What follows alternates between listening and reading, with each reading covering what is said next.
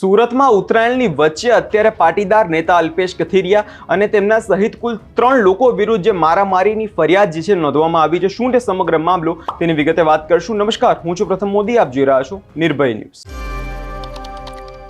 સુરતમાં ઉત્તરાયણ પર્વની ધામધૂમ વચ્ચે સરથાણા વિસ્તારમાં પાટીદાર નેતા અલ્પેશ કથિરિયા અને તેમના ભાઈ વિવાદમાં આવ્યા છે। કિરણ ચોક પાસે આવેલી પતંગની દુકાનમાં ભાવતાલ બાબત એક સામાન્ય બોલાચાલી થઈ અને જે બાદ ઘટના મારામારી સુધી પણ પહોંચી ગઈ હતી। શું હતો સમગ્ર મામલો તેની વિગતે વાત કરવામાં આવે તો વરાછાના ભરતનગર વિસ્તારમાં રહેતા 27 વર્ષીય યુવક ચંદ્રેશ ભાલિયા ગત 24 જાન્યુઆરીના રાત્રે 2 મિત્રો સાથે તે પતંગની ખરીદી કરવા ગયા હતા। તે સરથાણા કિરણ ચોક પાસે આવેલા પાટીદાર પાઘડીવાળા પતંગ સ્ટોર પર પહોંચ્યા અને ત્યાં પતંગની ખરીદી કરી રહ્યા હતા। તે બાબતે એક સામાન્ય બોલાચાલી થઈ ને જે બાદ મામલો એટલો બધો ઝઘડામાં ફેરવાઈ ગયો, તે બાદ મારામારી અને ગાળાગાળી જેવી પણ પરિસ્થિતિ ત્યાં ઊભી થઈ ગઈ હતી। સાંભળીએ વિષય લઈને તે ફરિયાદીનું શું કહેવું છે। ભાઈ મત અત્યારે થાય છે અત્યારે બરાબર ઉત્તરાયણના બાબતથી જો અલ્પેશભાઈ કઠારિયા જો આ ખુદ પોલીસવાળા કામ જ કરતા કે પી ગયા છે, આ છે તે છે બરાબર।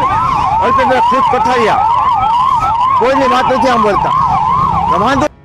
બનાવ આપણે 13 તારીખે રાત્રે અમે પતંગની ખરીદી કરવા ગયા। આપણે કિરણ ચોક ગયા અને પાટીદાર પાઘડીવાળાનો સ્ટોલ હતો અને ત્યાં અમે 5 થી 10 મિનિટ ઉભા રહ્યા। એટલે એનાઉન્સ કરતા એક લોકો ગાળ બોલી એનાઉન્સમાં સ્પીકરમાં કે મેં કીધું આ 2 થી 3 વાર ગાળ બોલે એટલે મેં એનાઉન્સ કરતા તેની પાસે ગયો।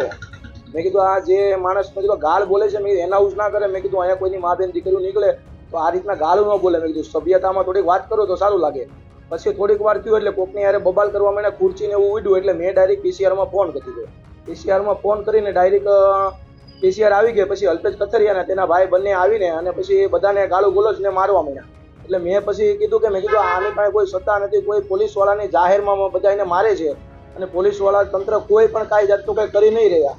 એટલે પછી મેં મારી રીતના મારો મોબાઈલ કાઢીને વિડીયો ચાલુ કર્યો એટલે ડાયરેક્ટ જ મારી પાસે આવીને અલ્પેશ કથિરિયાએ મારો મોબાઈલ ચોંટી લીધો અને આંચકી લીધો અને મને 2 લાપટ મારી દીધી કે તું વિડીયો કેમ ઉતારશો। મેં કીધું કે હું જાહેરમાં વિડીયો ઉતારું, પણ હું બીજા કોઈનો વિડીયો નથી હોતો। એમ કરીને એનો ભાઈ મારી પાછળ આવીને મને મારા વાળ પકડી લીધા અને પછી મને માર્યો અને નીચે બેસાડી દીધો, જમીનમાં બેસાડી દીધો।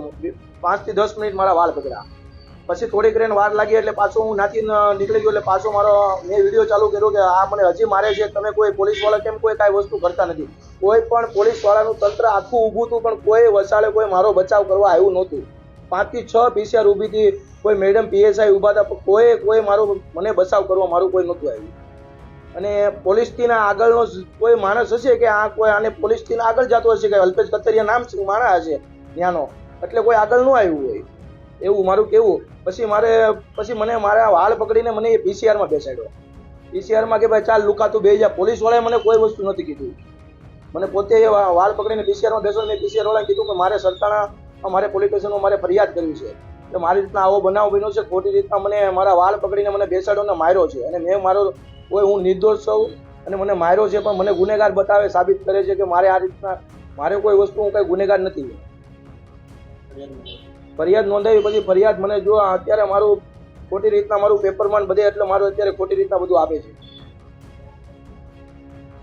સરથાણા પોલીસે ચંદ્રેશ ભાલિયાની ફરિયાદના આધારે અલ્પેશ કથિરિયા અને તેમના ભાઈ સહિત કુલ 3 લોકો વિરુદ્ધ ગુનો દાખલ કરવામાં આવ્યો છે અને તે બાદ અત્યારે નવા કાયદા અનુસાર બીએનએસ મુજબ નવી કલમો હેઠળ જાણવા જોગ ફરિયાદ નોંધવામાં આવી છે। ચંદ્રેશ ભાલિયાનું જણાવ્યું કે પતંગની ખરીદી કરવા કિરણ ચોક ગયા હતા ત્યારે પાટીદાર પાઘડીવાળો સ્ટોર હતો, ત્યાં 5 થી 10 મિનિટ તેઓ ઊભા હતા અને એનાલિસિસ કરતા તે લોકોમાં 2 થી 3 વાર અપશબ્દો બોલ્યા અને એનાઉન્સ કરતા હતા। એ એમની પાસે ગયા અને તેમને શાંતિથી કીધું કે અપશબ્દો બોલો છો અને તમે આ બધું ના કરો। તે બાદ ત્યાં મામલો એટલો બધો ફેરવાઈ ગયો, જે બાદ મારામારીના દ્રશ્યો પણ ત્યાં સામે આવ્યા હતા। હવે અત્યારે અલ્પેશ કથિરિયા અને તેમના ભાઈ સહિત કુલ 3 લોકો પર ફરિયાદ દાખલ કરવામાં આવી છે। તેમના તરફથી અત્યારે કોઈ નિવેદન સામે આવ્યું નથી। હવે આ વિષયને લઈને તમારો શું અભિપ્રાય છે તેમને કમેન્ટ કરી ચોક્કસથી જણાવજો અને અમારી ચેનલ નિર્ભય ન્યૂઝને લાઇક, શેર અને સબસ્ક્રાઇબ કરવાનું ભૂલશો નહીં।